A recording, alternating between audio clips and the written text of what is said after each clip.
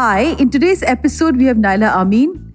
Naila is a firebrand activist. She has a law in her name, the Naila Law. Yes, I repeat again, she has a law in her name, the Naila Law, which is against child marriage in New York State. So when Naila got married at 13, she got out with her own willpower. Today, she advocates to end child marriage in the US and globally. Welcome, Naila, and tell us your journey right from the start. Thank you so much for having me. I really appreciate it.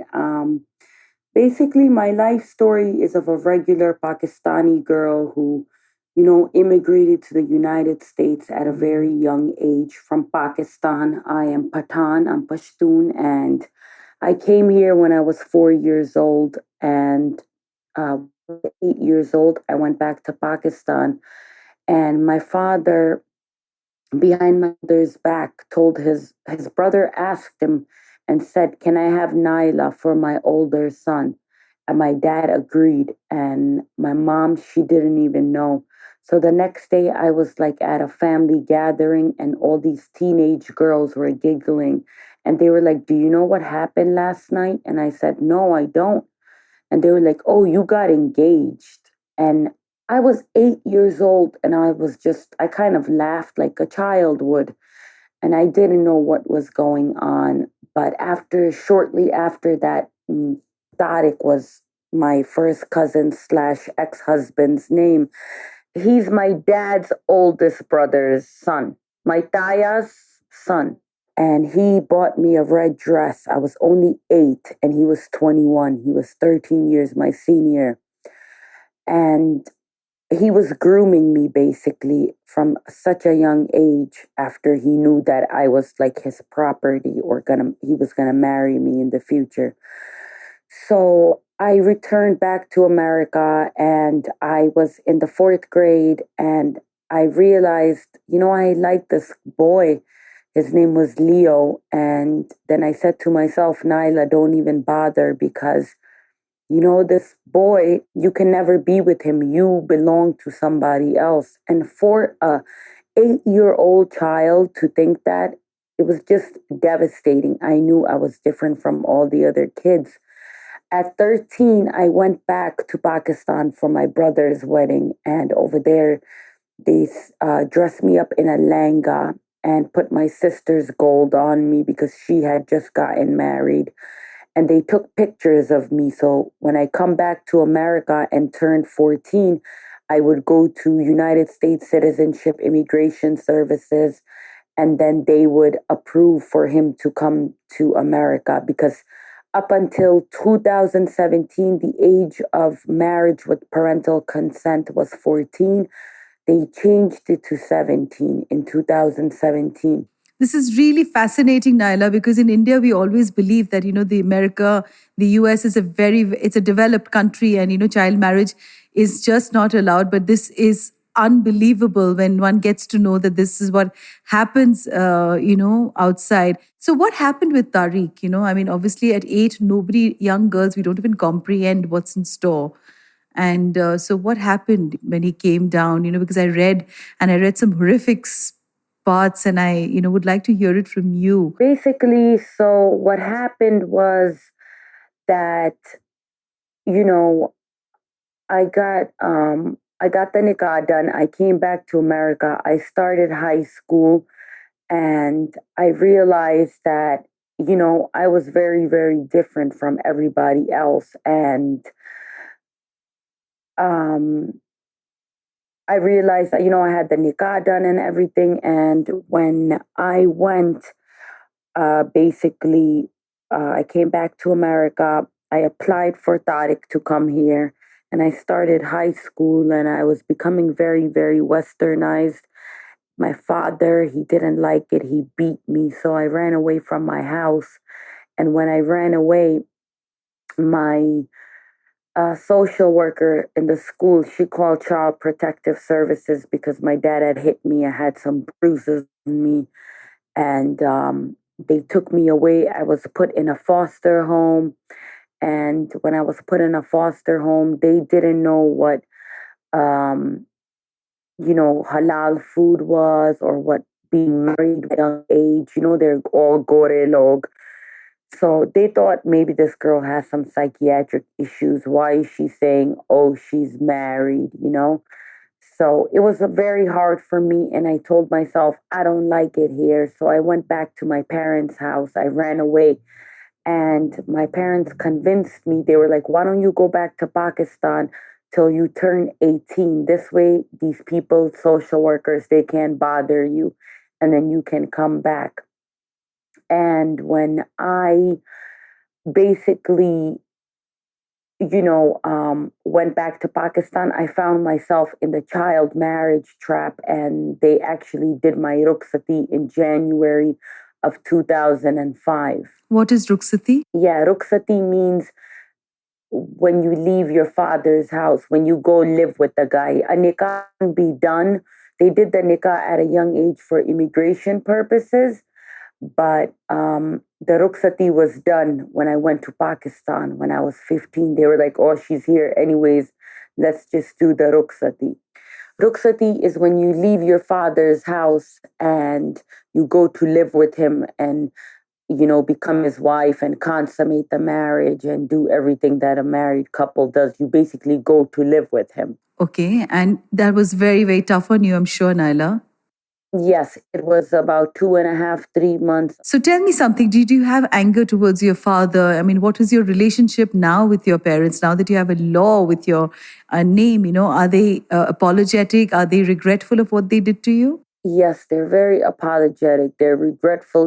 They see the mental issues. It has caused me the depression, the anxiety, the chronic post traumatic stress disorder. And my father sometimes says, was I deaf? Was I blind? मैंने ऐसे क्यों किया अपने बच्ची के साथ? Why did I do this to my daughter? And, they are regretful. They're very proud of me. And we have a pretty cool relationship. I got married again, and I think he loves my husband more than me.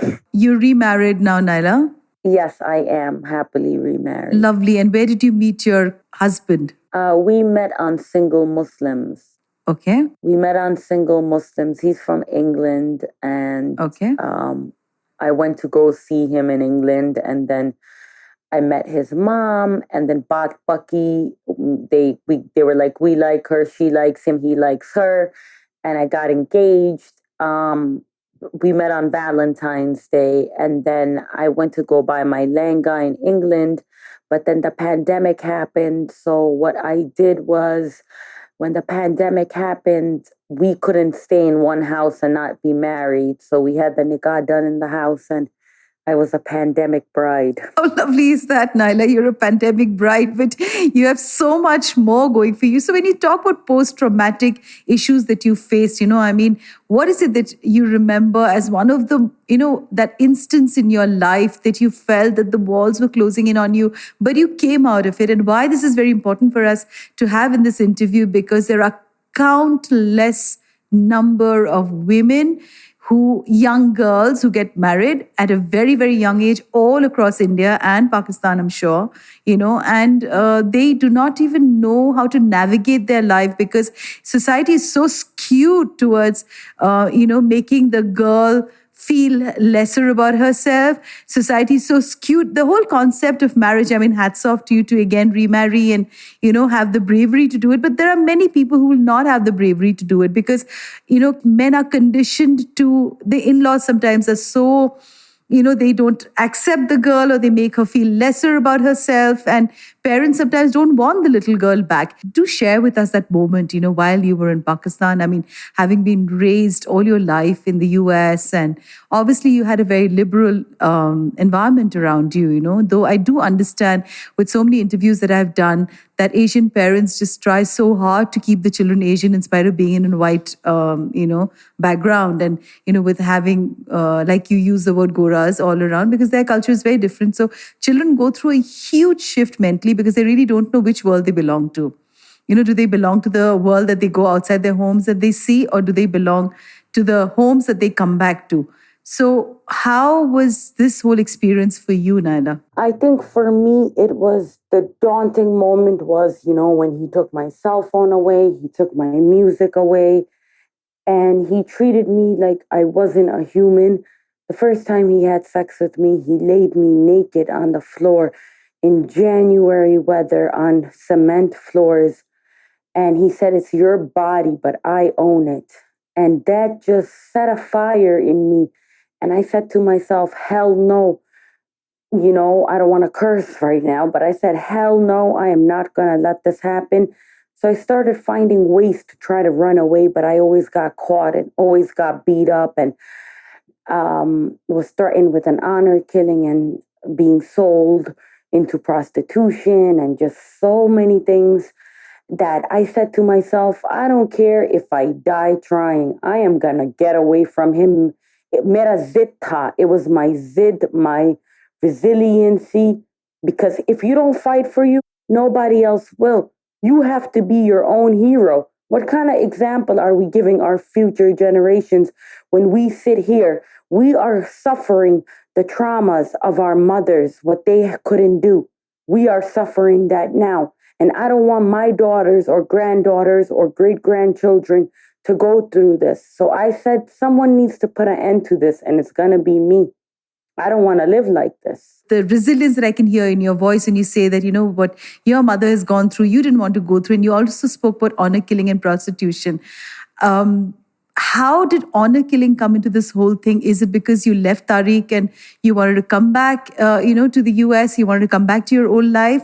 Was there honor killing that was done for you by your relatives, your family? So what happened is the first time that I ran away from my house, I was gone for like 10, 12 hours. And if a girl leaves the house, God knows what she could be doing all these hours she's away. I could have been with a man. They were accusing me of, being with other people and that I was a whore. And they had to lock my dad in a room. He had a gun. And I was beaten in front of my mother and sisters and his whole family and dragged from my hair from one end to the other. I brought dishonor to them by leaving the house. Oh my God, my heart reaches out to you, Naila. Do these things really happen in the world?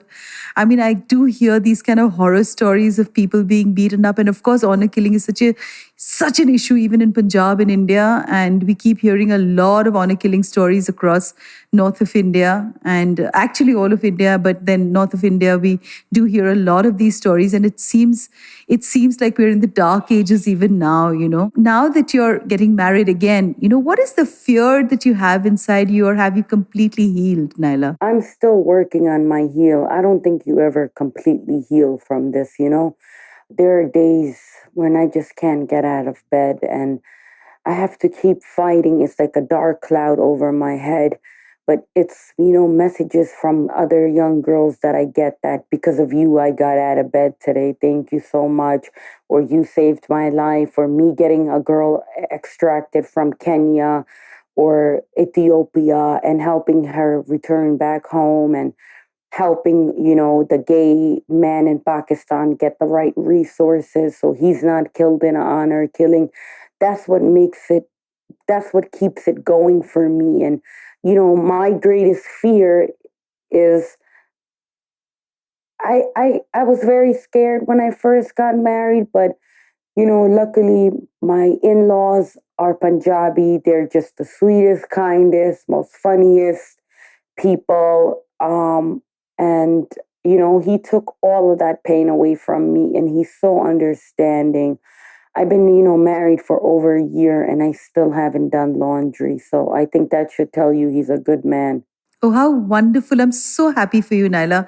Naila, when we talk about trauma, this is something that, I would want the listeners, and there are so many girls who are part of my, who listen to my podcast.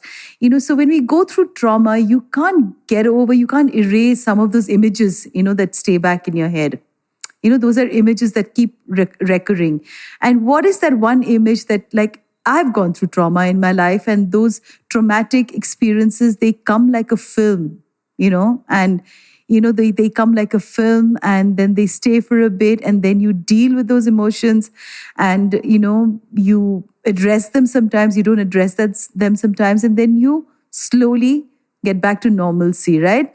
And the brain processes this whole thing. So which is that one episode that is a recurring thing in your head when you talk about this dark cloud? What is that cloud? I think it's the feeling of the helplessness over my own body, that I was getting raped when the nighttime used to fall and it would get dark. I used to look at little children and think, oh my God, they're so lucky they get to go home with their mom, and I have to stay here with this monster. For me, for me, it was when nighttime would occur and I realized that I have to sleep with him.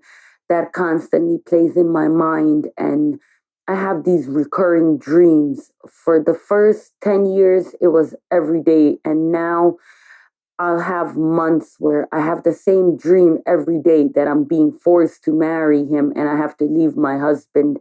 And it's so scary because I'm being forced to marry someone, and it's the same house.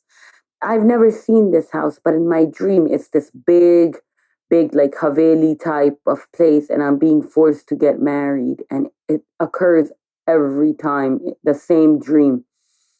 And then it stops for some months, then it comes back. So, trauma is something we never get over. It'll pop up into our lives, when we least expect it, or if we're triggered by something.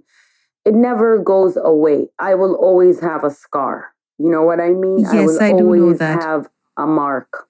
Yes, I do know that, and I completely relate when you talk about scars. Yes, there are some scars in your life that never leave you, and when you meet somebody, they can just trigger that scar back in your life by a small sentence or row. And once it's a lot of work within yourself to become stronger, which is really, really a very, very arduous journey. But it must be so amazing to know that there's something called the Naila law. And tell me this whole thing, how the hard work you went through, in getting the signature of all the members and passing this law. Tell us a little bit about that. So in February of 2018, I went to Assemblyman Philip Ramos's office here on Long Island, and I said to him, look, I just helped New Jersey become the second state to raise their child marriage age to 18. I said, we're New York. We're the greatest state. We're the best. We're better than everybody. And I know that sounds so ethnocentric, but New Yorkers are very cocky and conceited. We think we're the best. So I said to him, why is this allowed? He said to me, not under my watch. He said, don't worry. He's like, after hearing your story, he's like, I'm going to take over this bill and I'm going to introduce it in assembly. So, and basically, the bill was supposed to get a hearing in last year during the pandemic. April, it was supposed to pass, but because of the pandemic, the whole world shut down.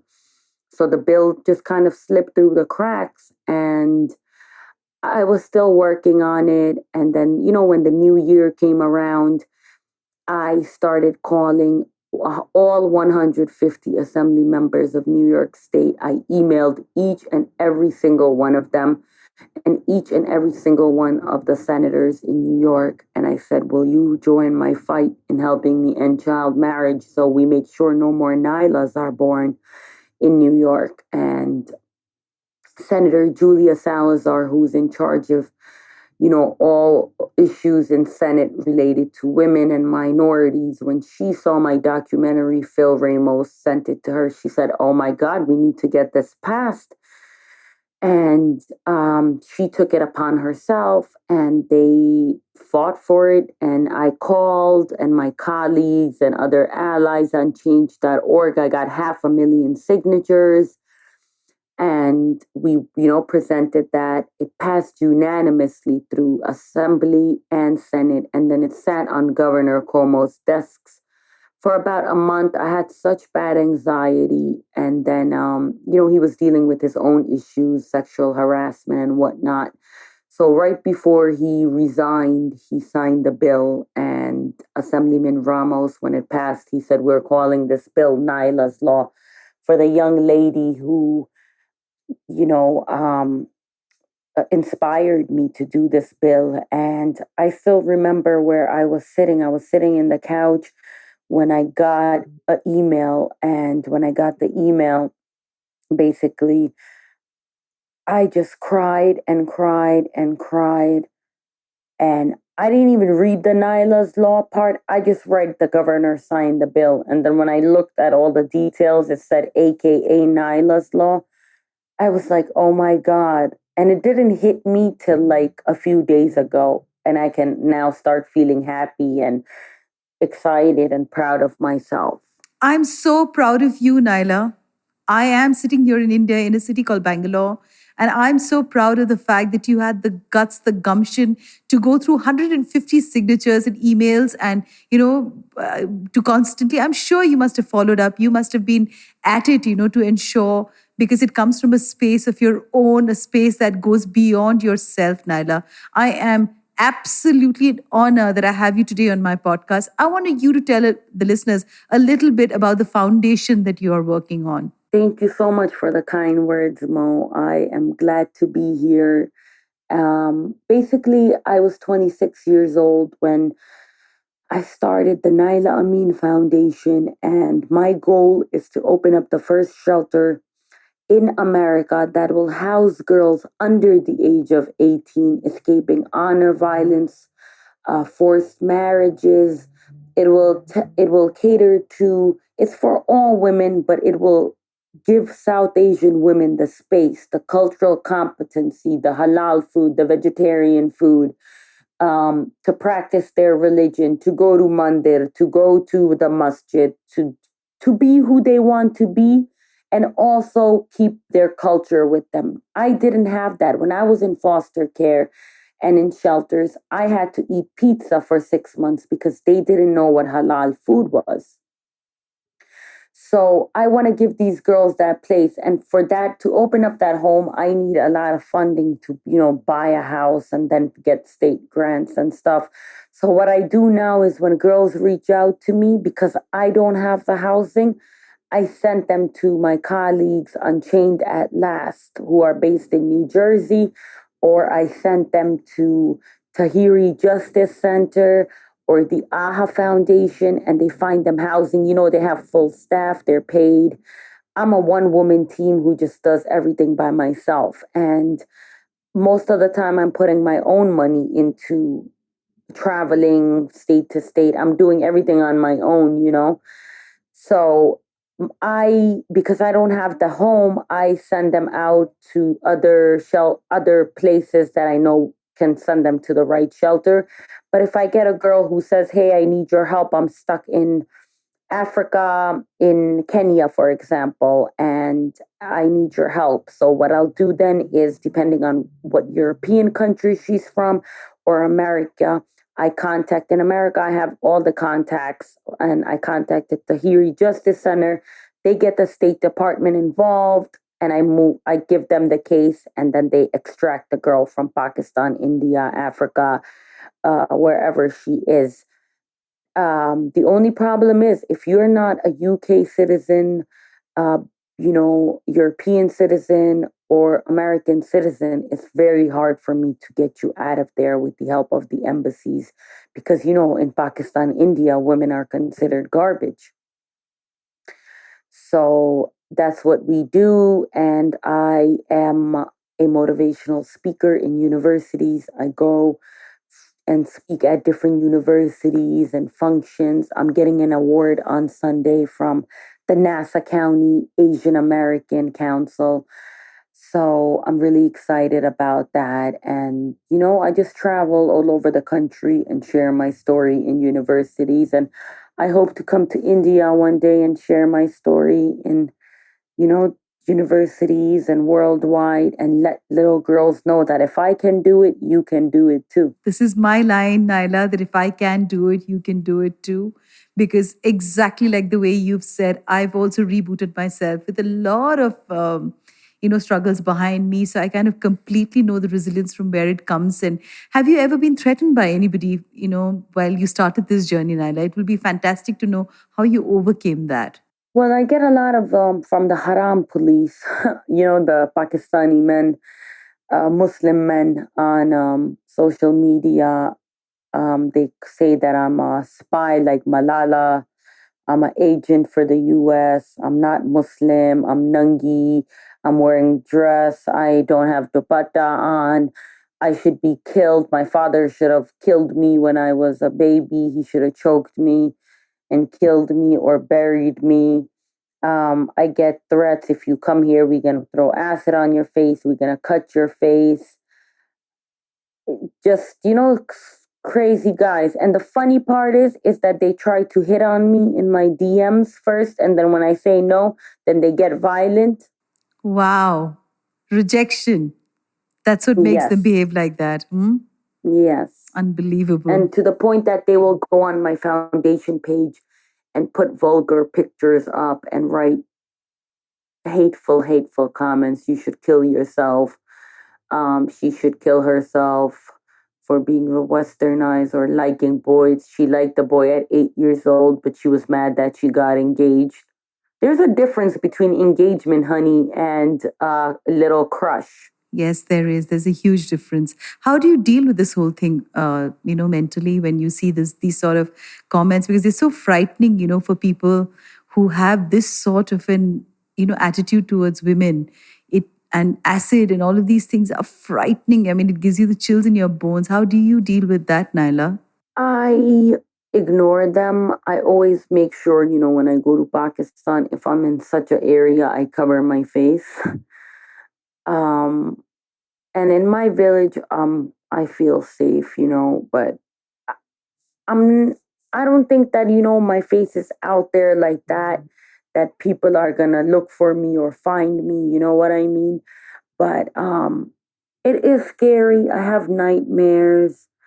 I'm in therapy mode because healing is, I think, something I'm going to have to do for the rest of my life. I understand and I get that, Naila. Yeah, so I'm constantly in therapy. I'm doing yoga, I'm doing meditation. I'm the crazy lady that hugs trees and sits in the grass and ground myself by putting my bare feet on the ground. And I'm very spiritual, you know, um, and I just, keep myself immersed in my work and my family. And, I just try to stay away from negativity. And I have days, Mo, where I can't get out of bed and I cry. And you know what I do? I just let myself cry and I tell myself, you're okay, you're safe, cry, let it out. Tomorrow's going to be a better day. And then, I take a nap, eat some good food, watch a little Indian movie, or something like that. I love my Bollywood movies and dramas and stuff. So, I just keep myself busy. And I know it sounds like I have my shit together, but trust me, I'm a hot mess, I'm doing always 50 things at once and I just keep going. I don't know why, but I just keep going Naila, and you're my going because sister. I keep doing 50 to 100 things in a day. I just don't tire because I just think that's the only way a human being, can not allow negative thoughts to come into their head. And the more occupied you are mentally doing meaningful things, I think it's such a beautiful way to heal. And yes, don't feel guilty about the food that you eat because your body wants that to feel good about it. And who's your favorite film hero from India? You have to tell this to us. I really, really like Siddharth Malhotra. Okay. I like Siddharth Malhotra. I really liked the one that passed away. May he rest in peace. Irfan Sushant Khan? Singh. Oh, okay. No, Yeah. Sushant Singh. Yeah. I love Irfan Khan. I used to like Shah Rukh Khan. He's old now. Um, John Abraham. John Abraham is old too, Naila. But yes, he has a very ripped body. He's a hot Yeah, old. he's a hot old. Yeah, I get that. Yeah. So Yep. thank you so much, Naila, for being on today's episode. You're a goddess. You have the spirit of a warrior inside you, Naila. May you never tire. And whenever I travel to New York, I look forward to meeting you. And when you come into India, please know that you have a home with me. And there are many women all across India who will relate to what you're saying because of social ostracism. We don't open our mouth, and we need more women like you who need to come out and speak about their journeys and the experiences that people can share and heal. So thank you, Naila, and kudos to Naila Law. I'm so honored to have you on my podcast today. Thank you so much for having me, Mo. And for every woman, every little girl out there listening, remember, if you don't fight for you, nobody else will. So stay strong, fight for yourself. If I can do it, you can do it. Look, we are women. We have a portal between our legs. We give life. So who are these men to take that away from us? Be a woman. Hear us roar and say no to these men, say no to tradition, say no to society. Resources are all around you. Just put in women resources in Google in your local area and take it from there. I know it's not always as easy as it sounds, but you have to be your own voice or else nobody cares. So thank you so much, Mo, for having me. And I look forward to meeting you very soon, okay? Absolutely. I look forward to having you. Like I said, that you have a home with me when you come down to India. I promise you halal food. And I promise you good food. And thank you so very much for being here today. Thank you so much. To you, our dearest listeners, you can find us on your favorite streaming services. Find us on Spotify, Amazon Music, Apple Podcast, and of course, all other major streaming services. With loads of love, we are Moody Mo Awaz Podcast, where Hatke is hot.